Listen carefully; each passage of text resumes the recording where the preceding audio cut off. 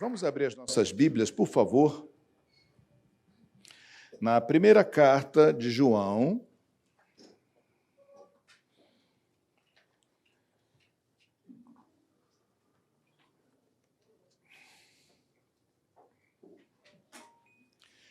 no capítulo 4, versículos de 15 a 18.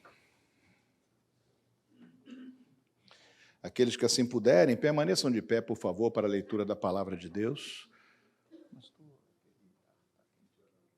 Esse ar central aqui, por favor, está quente. Está um pouquinho quente aqui na frente. Então, antes que eu derreta e molhe as páginas da Bíblia. Exagerado, né? A primeira carta de João, capítulo 4, versículos de 15 a 18, diz assim a palavra do Senhor. Aquele que confessar que Jesus é o Filho de Deus, Deus permanece nele, e ele permanece em Deus. E nós conhecemos o amor e cremos neste amor que Deus tem por nós. Deus é amor, e aquele que permanece no amor, permanece em Deus e Deus nele. Nisto, o amor é aperfeiçoado em nós, para que no dia do juízo mantenhamos confiança, pois assim como ele é, também nós somos neste mundo. No amor não existe medo. Pelo contrário, o perfeito amor lança fora o medo, porque o medo envolve castigo, e quem teme não é aperfeiçoado no amor. Deus Santo, graças te damos, ó Senhor, pela tua palavra, que é para nós, ó Senhor, uma inesgotável fonte de sabedoria e de poder, ó Pai, para vencer o espírito desse mundo e para em tudo triunfar em teu nome.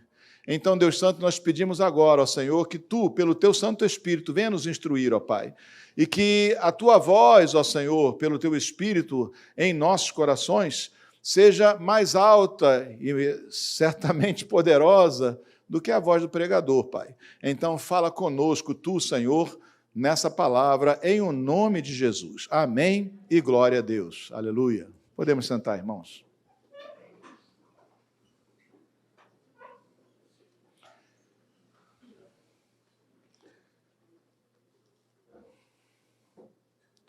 Dificilmente nós fazemos conexão entre amor e medo.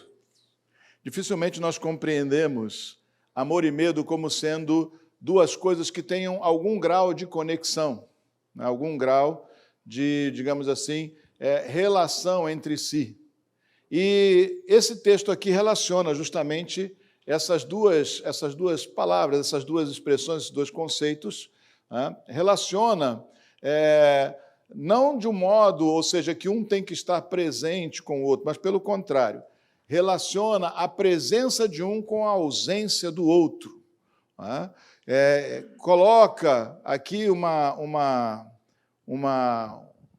dizer assim, lança aqui uma base para que nós compreendamos um pouco dessas duas coisas. Uma, o amor, a primeira, o amor, e segundo, o medo, porque as duas coisas geralmente povoam ou estão presentes no nosso coração. Tanto temos amor, ou amores, porque o amor, aí no caso, né, é graduado nos seus diversos status, amor de pai para filho, de filho para pais, né, para os seus pais, de marido para sua esposa, é isso? Amor de amizade, amor de amigo, amor de irmão em Cristo, né, amor a Deus, amor ao próximo, enfim. O amor, obviamente, ele tem aí as suas diversas matizes, mas sendo todas elas facilmente identificáveis como amor. Né? E a outra coisa, outro sentimento que povoa o coração de todas as pessoas, ou que está presente no coração de todas as pessoas, é o medo. Né? E, em alguns casos, de modo doentio, de modo mórbido, né? Ou seja, um adoecimento de alma, de emoções, de perspectiva, de visão no mundo, até de cosmovisão. Né? Pode o medo estar denunciando, ou pode, na verdade ele é causado, não é, por essa distorção de visão. Mas, enfim, nós temos que lidar ao longo da vida tanto com o amor como com o medo. Né? Temos que aprender a manter o medo, né, quieto no canto, temos que aprender a manter o medo no patamar daquilo que é razoável, ou seja, né? Se eu vou atravessar a rua, convém que eu olhe para a esquerda, para a direita, que eu espere os carros pararem antes de eu passar, e esse é um medo natural, tem a ver mais com prudência, não tem a ver com pânico, com algo que angustia, com algo que traz sofrimento interior, que paralisa a pessoa, que impede a ela de viver saudavelmente a vida.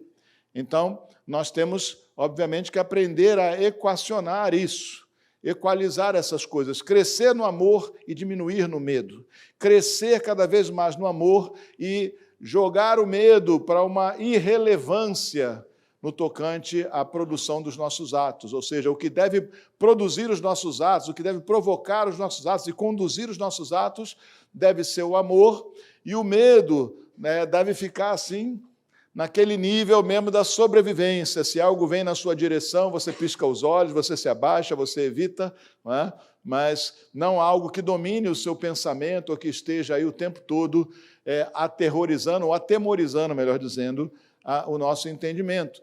E aqui o apóstolo João, ao falar sobre isso, sobre esses dois sentimentos que estão presentes em todos nós e colocá-los como antagônicos entre si, ou seja, como algo que de um lado cresce, do outro vai diminuir, ou seja, não conseguem ocupar os dois o mesmo espaço com a mesma intensidade, não porque sejam iguais ou porque sejam a mesma coisa, mas porque simplesmente um acaba combatendo o outro, um acaba lançando o outro para fora.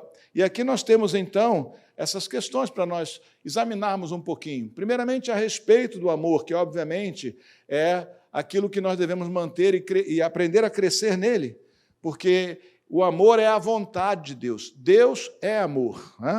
Então, o amor é a vontade de Deus, e o amor, então, ele deve ser focalizado em duas direções: para o céu, ou seja, para o Senhor, amar a Deus sobre todas as coisas, com toda a tua força, com todo o teu entendimento, com tudo que você tem, e amar ao próximo.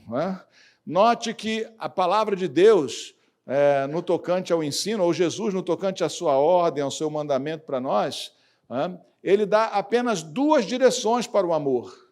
O amor ao dinheiro é a raiz de todos os males. Essa não é uma direção para o amor. O amor por coisas, por objetos, por outras criaturas, no sentido de realmente o amor que se pretende ter, ele é, obviamente, inválido. Mas o amor, sim, tem que ter duas direções, ou duas dimensões, se você preferir. Amor direcionado ao Pai, ou a maneira como nós nos relacionamos com o Senhor, fluindo no seu amor, e a maneira como nós nos relacionamos com os demais. E aqui ele diz, já começa sentenciando, dizendo, olha, aquele que confessar que Jesus é o Filho de Deus, Deus permanece nele e ele permanece em nós. E nós conhecemos o amor e cremos neste amor que Deus tem por nós. Nós conhecemos enquanto cristandade, ou seja, já foi revelado a cristandade, mas enquanto indivíduo nem todos nós conhecemos o amor. Nem todos nós chegamos à compreensão de quem ele é ou de como ele é de fato. Estamos falando aqui do amor de Deus, do amor que Deus espera de nós. Como cristandade, como cristãos, ok, está revelado a nós, não há nada oculto, não é misterioso, a palavra de Deus revela. Mas nem todos chegaram ao conhecimento, não só pela palavra, mas também não chegaram ao conhecimento interno, ou seja, introjetaram de fato, entronizaram no seu coração de fato o conceito de amor. E é isso, então, que nós temos que, aqui o apóstolo fala, nós conhecemos o amor. Por que nós conhecemos? Bom, porque nos está declarado, como ele é, pela palavra de Deus. Por exemplo, João 3,16, Deus amou o mundo de tal maneira que deu o seu Filho único, seu Filho unigênito, para que todo aquele que nele cresce não perecesse, mas tivesse a vida eterna. Nós conhecemos o amor porque, como cristãos, conhecemos a história do Senhor Jesus. Por amor, ele deixou a sua glória, esvaziou-se da sua glória, veio habitar entre nós, foi tentado e sujeito a toda a sorte de provocação e sofrimento, e, por fim, morreu na cruz em nosso favor. E ele não precisava, no sentido dele, ele mesmo, poderia não ter feito nada dessas coisas, ele continuaria sendo Deus de todo o universo. Mas ele veio em nosso favor, para que nós pudéssemos ser transformados, não é? Mediante o poder da salvação, da graça de Deus pela cruz. Amém? Então, nós conhecemos o amor, esse amor que entrega, né, que se entrega por nós, esse amor, né, que nos é anunciado e nos é apregoado, amar o próximo como você ama a si mesmo, ou seja, faça com o outro, ou pelo outro, ou para o outro, né, aquilo que você gostaria que fizessem com você. Ou seja, ame o próximo como a si mesmo, e a Deus sobre todas as coisas, acima de si próprio.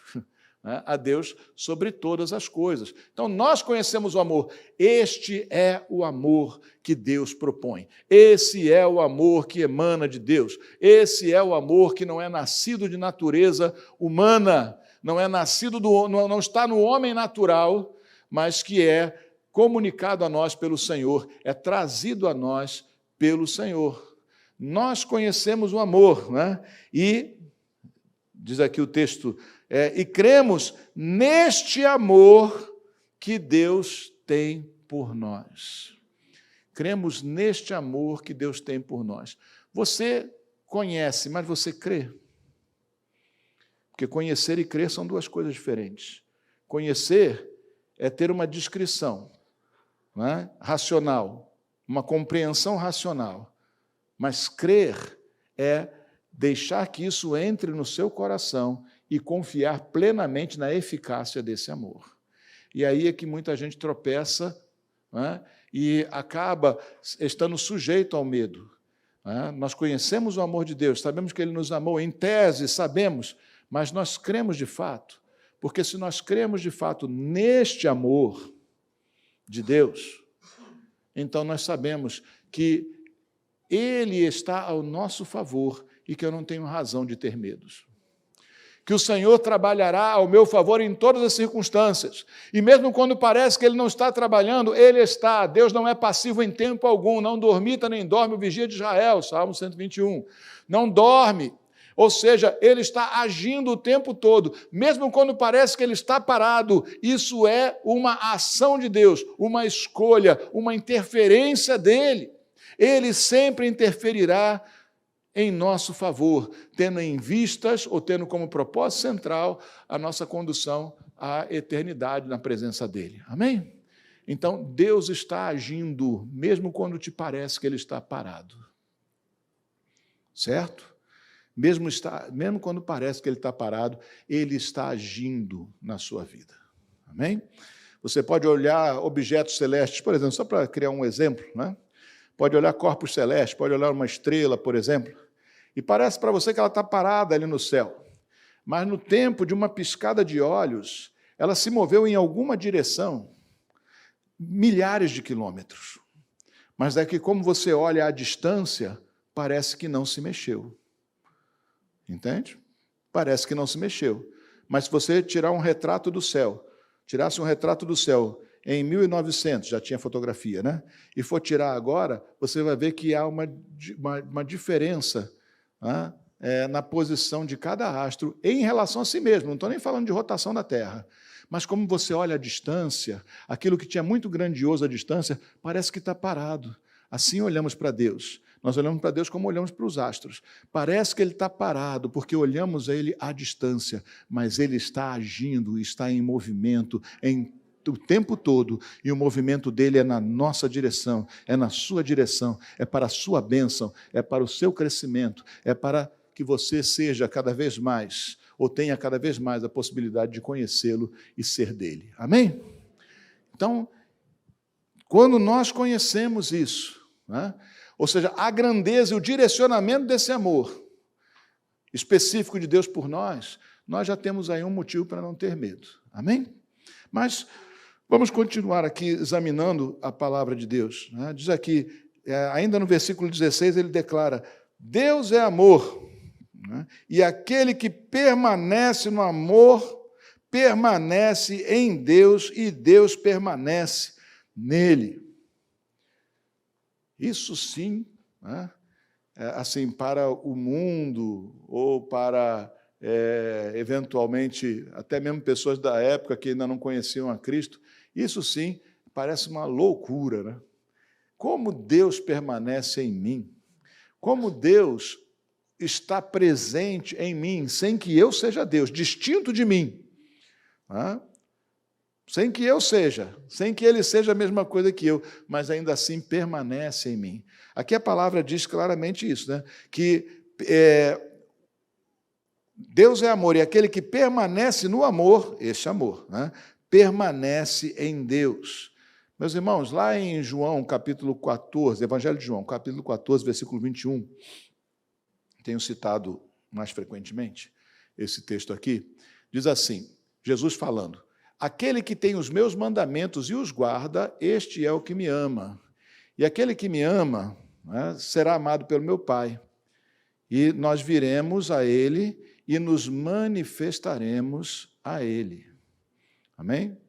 Eu posso ter falado de modo imperfeito aqui, se você quiser abrir, mas os conceitos principais desse versículo são esses.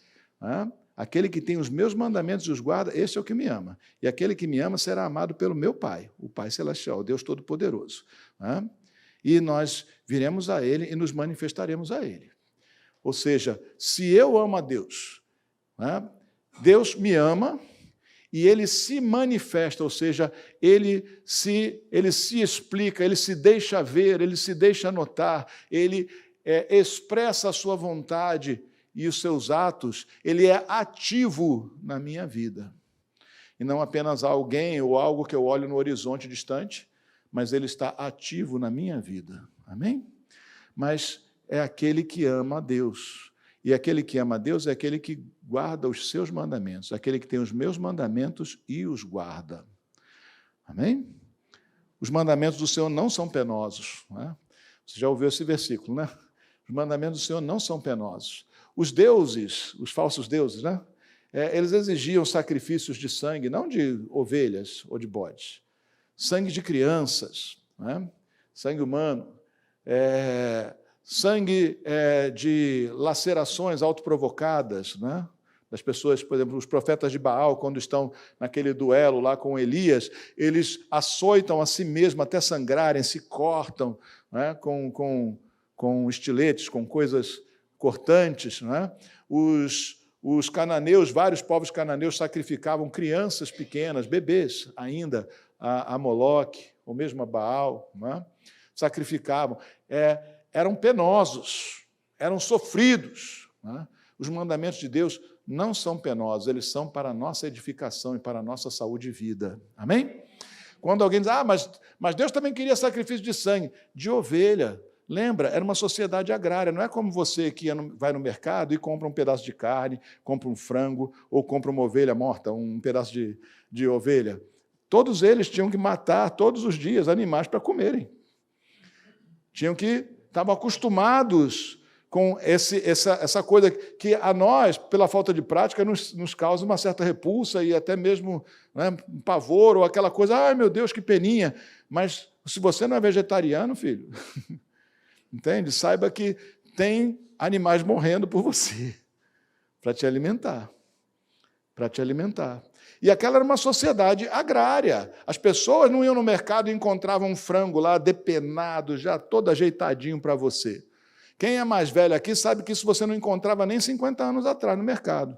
Porque eu me lembro quando eu era criança, eu sou muito jovem, mas quando eu era criança, né, você ia no aviário do bairro e você dizia... Aquela, e a galinha corria e se escondia atrás da outra. E o moço levava lá para passear lá dentro, quando voltava, né, o bichinho já tinha acabado, não é isso? Eu me lembro da minha avó matando uma galinha na cozinha da casa dela, do apartamento dela. Né? Você não chegava no mercado e dizia, eu quero aquele frango congelado. Né? Ninguém nem conhecia isso. Não é isso? Assim como você não chega no mercado, né, e encontra um boi inteiro lá e diz, eu queria só aquele pedacinho dali assim, mas peraí, mas não vou matar o boi inteiro para cortar esse pedaço, enfim. Era uma sociedade que não se horrorizava, não se assustava, né, com a morte de animais. Então não era penoso sequer sacrificar um animal daquele, até porque, depois da gordura queimada, ele era consumido. Entende? Depois da gordura queimada nos sacrifícios, a carne era consumida pelos sacerdotes, era vendida, trocada, estava disponível para uso. Na Páscoa, quando eles mataram o cordeiro, na primeira Páscoa lá, era um cordeiro que fosse suficiente para todo mundo da casa comer. Se o cordeiro fosse grande demais, a família fosse pequena, então chama 2, 3 vizinhos aí, junta e vamos comer o cordeiro. Então não era penoso. Sacrificar um animal, matar animais era ato cotidiano, pela necessidade. E sacrificar um animal era apenas mais um. Os mandamentos do Senhor não são penosos. Aquilo que Deus exige de nós não foi penoso nem no passado e não é penoso no dia de hoje. É para a nossa vida e saúde. Amém? É para a nossa saúde e vida. Então, amar a Deus tem sim a ver, com obedecer os seus mandamentos. E nós vivemos um tempo de gente muito rebelde. Gente que quer mandar no seu próprio nariz. Fomos adestrados que nós temos que ser contra toda forma de autoridade. E muitos já cresceram adestrados a serem contra a autoridade dos próprios pais dentro de casa. Nós temos aí vários duelos de desagregação da família, tentativa de desagregação da família, e, por outro lado, outras pessoas tentando refazer mecanismo de preservação da família. Mas, na verdade, meus irmãos, nós somos de uma sociedade de gente rebelde, que foi criada, ou que foi educada em algum momento, compelida a contestar a autoridade e se rebelar contra ela. E isso esbarra, inclusive, na autoridade dos pais e também na autoridade de Deus sobre os homens. Nós vemos aí várias agressões à própria fé cristã como uma forma de afronta à autoridade de Deus, à validade da nossa fé. Anos atrás, tem uma manifestação, acho que foi aqui na praia, não tenho muita certeza, uma pessoa, pegou um crucifixo, que é um símbolo católico, não uma cruz assim como a nossa, mas poderia ter sido a nossa, que nós não temos muito apego a essas coisas, apenas um sinal. Mas para o católico é um sinal. Introduziu no ânus aqui na praia, entende? Eu acho que foi aqui, se não me engano, mas se tornou... Quebraram imagens que os católicos têm como caros. Nós somos iconoclastas, já não somos chegados à mesma imagem, então está tudo bem. A gente não se sente agredido, entende? Mas o que eles queriam era agredir toda e qualquer forma de Deus. Recentemente, um vereador em Curitiba invadiu uma igreja católica também, ficou lá gritando palavras de ordem, e outras coisas mais são feitas nesse sentido.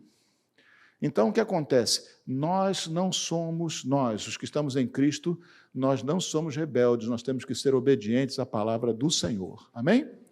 Não é uma questão de obedecer a homens, é uma questão de obedecer à palavra do Senhor. Porque os homens falham e realmente você não pode dar muita autoridade ou reconhecer o outro como uma autoridade absoluta. Mesmo pastor, não olhe para mim dizendo, não, o pastor falou, eu tenho que obedecer. Não, você tem que obedecer à palavra do Senhor. Se o que eu estou dizendo é a palavra do Senhor, obedeça a palavra do Senhor. Porque, como ser humano, não quero obediência. Até porque também eu não quero estar sujeito a homens nesse sentido. Mas nós temos que olhar para a palavra do Senhor e obedecê-la. Amém? Aquele que tem os meus mandamentos e os guarda, este é o que me ama. Então, meus irmãos, vamos lá. Você ama o Senhor? Então, obedeça a palavra do Senhor. Que amor é esse de Deus que tem por nós, que Ele tem derramado por nós? Nós conhecemos de fato o amor de Deus? Então eu não tenho o que temer, porque aquele que se moveu no universo, saiu da eternidade e entrou no universo, que é um lugar distinto da eternidade, e veio para habitar em meio a homens, na forma humana, nas limitações humanas, para morrer em nosso favor, esse já deu prova de amor. E esse amor dele é poderoso para salvar, porque ele tem poder para salvar a quantos ama. Amém? Outra coisa aqui que é importante nós entendermos sobre isso, diz aqui, olha, versículo 17, nisto o amor é aperfeiçoado em nós. Ou seja, aquele que permanece no amor, permanece em Deus e Deus nele, nisto é aperfeiçoado o amor em nós, para que no dia do juízo mantenhamos confiança. Ou seja, esse amor que nós recebemos da parte do Senhor e que temos pelo próprio Senhor, ele necessita, carece de aperfeiçoamento, óbvio. Porque em Deus ele é perfeito, em nós não. O amor de Deus é perfeito, o nosso não.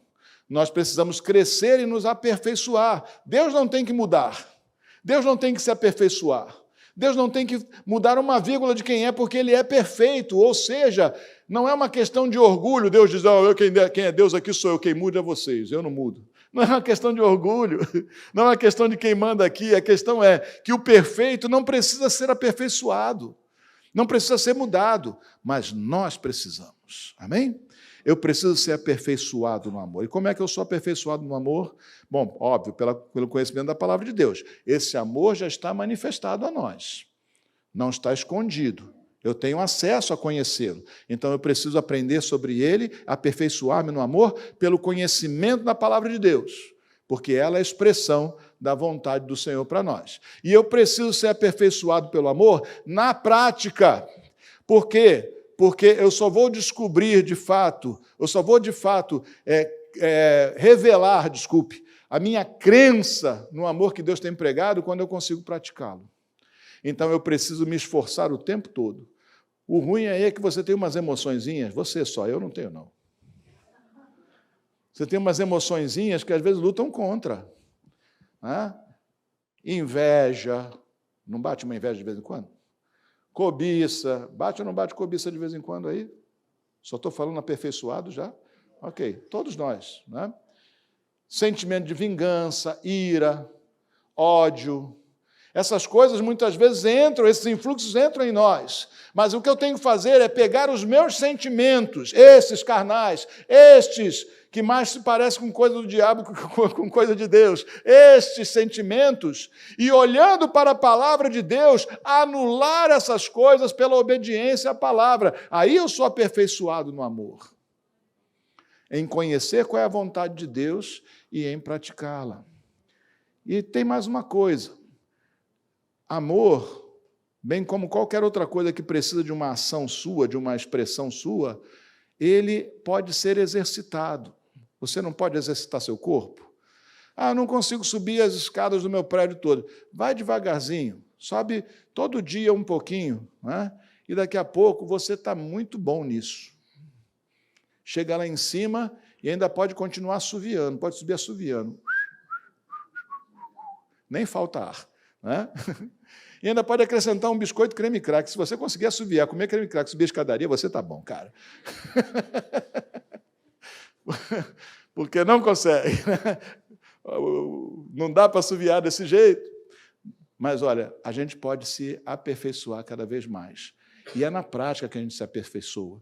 Não dá para aprender a amar sem se expor às dificuldades do amor.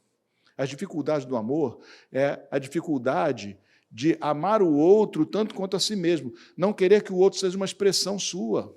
Não ser narcisista. Não amar apenas aquilo que parece contigo, mas amar aquilo que é diferente. Conseguir olhar para o outro e mesmo não concordando, porque há coisas que não dá para concordar, ainda assim, amar. Como? Permanecer com o intuito de abençoar e de contribuir com aquela vida, apesar das incompatibilidades. Isso é um exercício de paciência, tolerância, autoconhecimento, né? De aprender aritmética básica, contar até 10, ou até 1000 se for necessário, ou até 2000, né? Se for necessário, ou quanto for necessário, ter longanimidade. Conhecer os números, para você poder contar, deixar passar mais tempo nas suas ações. Nós somos exercitados quando nós conseguimos amar aquilo que não parece conosco, aquilo que não se parece, o que não é compatível com as nossas ideias, aquilo que, eventualmente, não tem a estética que nos agrada. Entende? Não quer dizer concordar ou viver do mesmo modo, mas amar, não excluir do rol daqueles que você abençoaria. Amém? Amar é continuar querendo dar, ao outro, aquilo que você gostaria que fosse dado a você. Amém? Eu não vou pedir para você dizer, eu te amo, meu irmão, não é? Porque você precisa considerar sobre isso.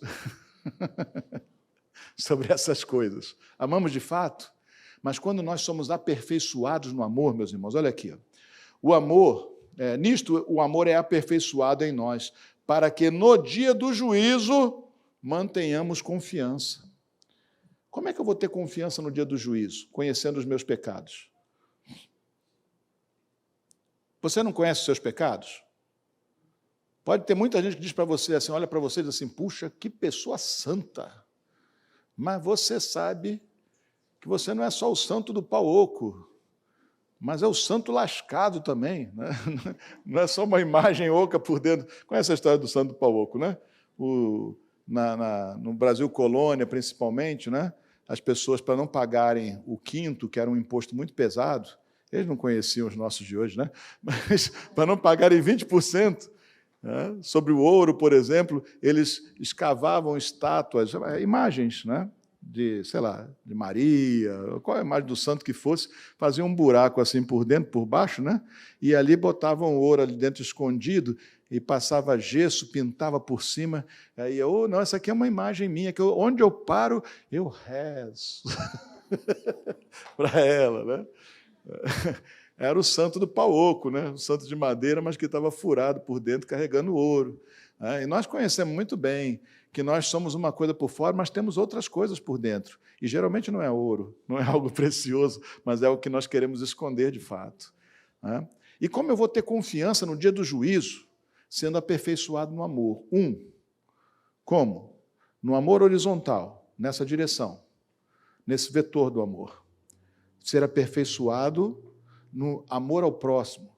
Ou seja, tendo dado de mim, ainda que de modo imperfeito, aperfeiçoado não é perfeito, ainda que de modo imperfeito, ainda que de modo incompleto, ainda que de modo intermitente. Mas principalmente sendo aperfeiçoado no amor, no conhecimento do amor que Deus me tem. Porque a razão de eu poder ter confiança quando eu chegar no dia do juízo é ter certeza que Deus me ama eternamente. Que Ele não vai me apartar dele, não me lançará fora do seu amor, mas me amará ainda assim. Amém? Então eu preciso ser aperfeiçoado no amor. Porque quando alguém diz, olha, se eles baterem numa face, você oferece outra, você diz, isso não faz sentido. Não faz. Quando alguém diz para você, seja paciente, perdoe o erro do outro, isso não faz sentido aos seus principais sentimentos. E aí, então, quando alguém diz que Deus perdoa você, se você não perdoa o outro, você diz, isso aí não é execuível, não é algo executável. Mas quando você consegue, pela graça de Deus, pelo poder de Deus, executar no nível horizontal, então você descobre que é fácil para Deus, que Deus faz isso com você também, porque você também é um pecador, como aquela pessoa que você teve que perdoar, e Deus também te perdoou. Amém? Então, conhecer essa dinâmica do amor de Deus, que Deus é amor e o amor perdoa, que Deus é amor e o amor releva, que Deus é amor e o amor contemporiza, que Deus é amor e o amor não vai para a guerra, que Deus é amor e o amor refreia os seus instintos ruins, que Deus é amor e o amor está disposto a compartilhar, a doar de si. E aí eu sou aperfeiçoado em compreender esse amor, que na teoria parece inexequível e não executável, vamos dizer, né? Mas na prática, no poder de Deus, é executável. Amém? Diga para o seu irmão assim, agora você vai me ajudar. Diga para ele, é possível. Pela graça é possível. Amém? Glória a Deus. Aleluia. Ele diz, olha, para que mantenhamos confiança, pois assim como Ele é, também nós somos neste mundo. Ou seja, assim como Ele é amoroso para conosco, nós também temos sido nesse mundo, ainda que de modo imperfeito. Amém? Mas alguma coisa a gente tem que estar tentando fazer.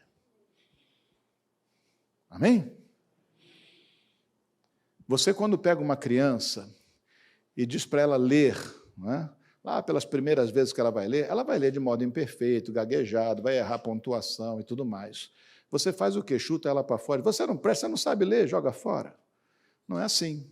Você ama essa criança e diz, você agora não sabe direito, mas você vai saber. Vamos lá. E você vai continuar explicando. Mas ele está em processo de aprendizado. Amém? Ele talvez nunca seja um grande leitor, nunca seja alguém com fluência, né? Consiga ler fluentemente. Acho que é difícil mesmo, né? Eu mesmo tem dias e dias. Tem dia que eu chego aqui e leio fluentemente, mas se eu tiver com um dia, que eu tiver com a gagueira agarrada em mim, eu vou gaguejar para tudo que é lado. Tem dia que não consegue se concentrar, você olha para cá pensando no que está lá e não vai. Né? Mas Deus ama. Né? Deus nos ama mesmo quando nós somos imperfeitos. O que Ele quer é que nós continuemos nos esforçando por nos aperfeiçoarmos. Amém? Isso, quando você compreende que é dessa forma que Deus te enxerga, então você está pronto para dizer, tá bom, eu sou salvo, eu sei que eu vou chegar lá e o meu Senhor vai dizer, entra para o meu descanso. Eu descansarei o meu coração, não porque eu estou cheio de méritos, mas porque Ele é bom e Ele me ama. Amém? Porque Ele é bom e Ele me ama, Ele nos ama, né? No amor não existe medo, pelo contrário, o perfeito amor. Qual amor é perfeito? O amor que Deus tem por nós, né? E esse que Ele tem nos ensinado a praticar. O perfeito amor lança fora o medo. Então, se nós temos medo demais, ou se alguém tem medo demais, se alguém anda angustiado demais, se alguém, ao longo da sua vida, sofre com medos, não está aperfeiçoado no amor. Olha o que diz aqui. Porque o medo envolve castigo. Quem teme não é aperfeiçoado no amor. Então, o que eu vou resolver? Como é que eu vou fazer isso? Se entregue à vontade de Deus. Exercite o amor que Deus pôs em você com os outros, mas exercite com Deus também. Porque Deus, como é que a gente exercita o nosso amor com o outro? Dizendo não para nós e dizendo sim para o outro, né? Estou procurando dar ao outro aquilo que eu posso dar a mim mesmo, que eu gostaria que dessem a mim. Dar ao outro o melhor de mim, mesmo que ele não mereça. Mas como é que eu exercito o meu amor com Deus? Conhecendo melhor a sua palavra? Ok. Mas já que Deus é perfeito e eu não preciso me doar para Ele, para fazer, já que os seus mandamentos não são penosos, então eu preciso conviver a sua presença. Lembra? Aquele que, lá no comecinho nós lemos, né? Aquele que confessar que Jesus é o Filho de Deus, Deus permanece nele e ele permanece em Deus. Também João 14, 21, aquele que tem meus mandamentos e os guarda, esse é o que me ama, e aquele que me ama será amado pelo meu Pai, e eu e ele nós viremos a ele e nos manifestaremos a ele. Deus está doido para se manifestar na sua vida. Doido, desculpa, é uma expressão de intensidade. Deus nunca é doido. Deus tem muita vontade, né? Está cheio de vontade e intenção de se manifestar na sua vida, mas nós precisamos abrir espaço para Deus. Como é que eu sou aperfeiçoado no amor de Deus, não só na prática do amor horizontal que Ele nos ensinou, mas na prática de me derramar na presença dEle. Entende? E a maior parte de nós entende, às vezes, oração como uma lista que apresenta diante de Deus, que é, geralmente, uma oração intercessória, e é uma forma de oração, e é uma forma válida. Mas eu não posso entender a oração apenas como isso. Eu tenho que entendê-la como um derramamento do meu coração na presença do Senhor. Como algo em que eu vou para o Senhor, né, e eu não só peço perdão pelos meus pecados, não só peço a Ele ajuda nas minhas lutas, não só peço a Ele prosperidade, bênção, mas, acima de tudo, eu peço presença. Senhor, fala comigo. Senhor, manifesta-te a mim. Senhor, me toma nos teus braços. Senhor, deixa eu estar tão perto que nada mais nos separe. Quando nós desenvolvemos essa relação afetuosa, amor de pai para filho, de filho para mãe, enfim, Amor filial. Quando nós desenvolvemos essa relação, nós aprendemos a confiar mais no amor. Isso está ligado ao que nós somos como seres humanos. Você pega uma criança, a criança, ela não é um ser que você tem que alimentar e vestir e cuidar tão somente. Ela precisa de afeto, ela precisa de pele, sentir calor. Ela precisa ser abraçada. Você pega uma criança que eventualmente foi lançada no orfanato, ela é carente.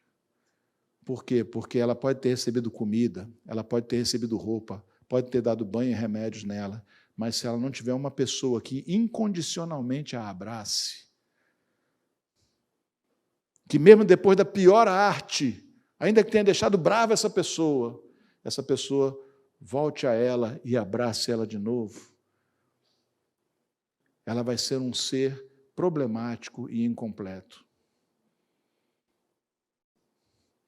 Nós somos carentes de afeto também da presença de Deus.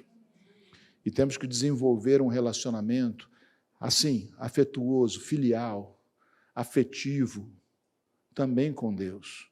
Porque se eu não me sentir abraçado, eu não consigo de fato me sentir amado.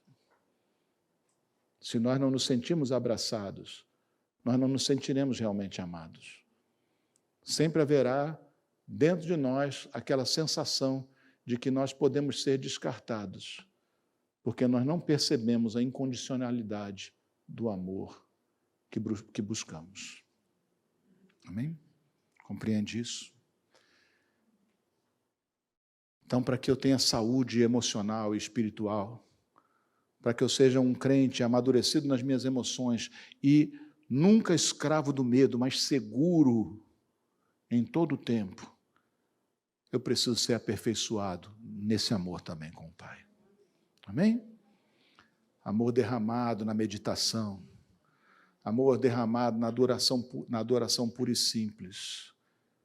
Ao invés de vir, eu não estou invalidando outras formas de oração, eu estou dizendo acrescente essa, porque essa é a principal.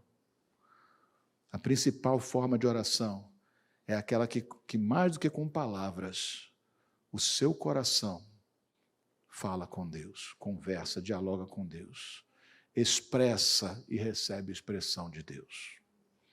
Amém?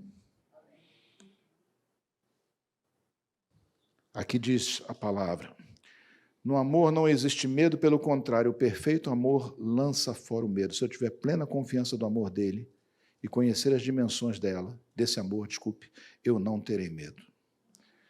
Porque o medo envolve castigo. E quem teme não é aperfeiçoado no amor. Então, se você carrega consigo um coração temeroso, angustiado, ansioso, o que está faltando? Pode ser se aperfeiçoar no amor. Aprender a desfrutar mais e a conhecer mais como é o amor deste que enviou seu Filho unigênito para morrer por nós na cruz. Amém? E aí, então, por que ter medo da morte? Não é nos oferecermos a ela. Se puder, corra. Mas eu digo aquele medo que a pessoa tem o tempo todo, aquele medo angustiado, parece que está o tempo todo debaixo de uma espada, prestes a cortar, né? Aquela ansiedade, aquela angústia. Deus cuidará de nós. O salmista chegou à compreensão, Davi chegou à compreensão e disse: olha, já fui moço e hoje sou velho, mas nunca vi o justo desamparado, nem a sua descendência mendigar o pão. Por que está preocupado com o pão?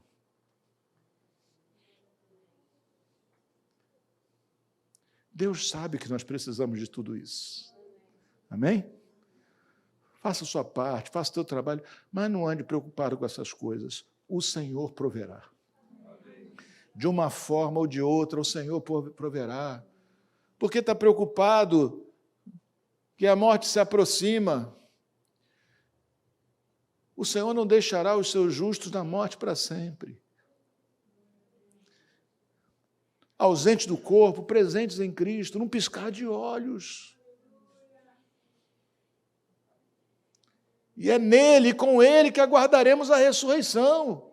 Não é num limbo, num sono profundo, com ele em consolação, até o dia que o anjo tocar a trombeta, o arcanjo tocar a trombeta, e o Senhor vier no céu e trouxer consigo os que estão nele.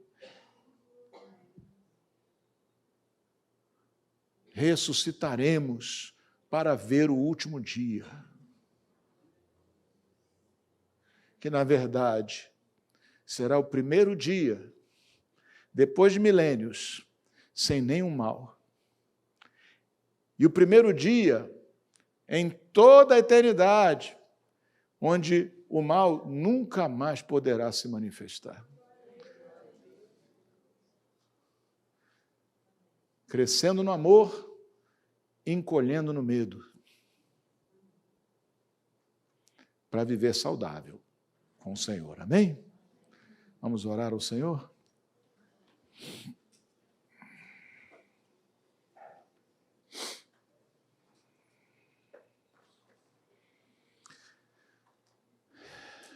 Deus Santo, aperfeiçoa-nos, ó Senhor amado, neste amor. Que esse amor que está revelado, está manifestado, não está oculto, foi expresso pela Tua palavra, esteve oculto até Cristo, era o mistério de Deus não revelado, mas em Cristo se revelou. Amor de cruz, amor de entrega completa. Aperfeiçoa-nos, ó Pai amado, neste amor, ó Deus. Em conhecer, ó Senhor amado, o Teu amor e como Ele deve se manifestar em nossas vidas, através de nós, e como Ele está manifesto a nós, por meio de Cristo. Senhor amado, vem agora, ó Pai amado, e faz crescer essa visão e essa compreensão do Teu amor, ó Pai, para que o medo não ache espaço, para que o medo não tome espaço no vácuo do nosso entendimento, mas o nosso entendimento, ó Senhor amado, seja completo em Ti, naquilo que Tu já tens revelado a nós, pela Tua palavra, pelo Teu Espírito.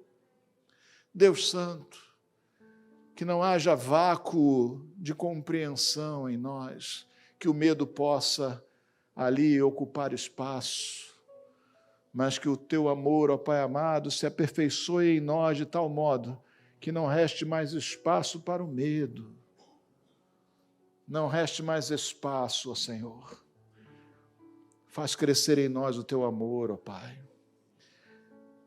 Chama-nos, instiga-nos à Tua presença, ao conhecimento da Tua palavra, mas também ao conhecimento tátil, quase tátil, desse amor, num abraço espiritual contigo. Num derramar, ó Senhor amado, de lágrimas, não de tristeza, nem de medo, mas lágrimas de adoração, de gozo, de regozijo. Ajuda-nos, ó Senhor amado, a lançar sobre Ti não só as nossas ansiedades, mas lançar sobre Ti, ó Senhor amado, também a nossa carência de conhecer o Teu amor, não só de palavra, mas amor de colo, na presença do Pai Celestial. Faz isso, ó Senhor amado, em nós, em o nome de Jesus. Amém e amém.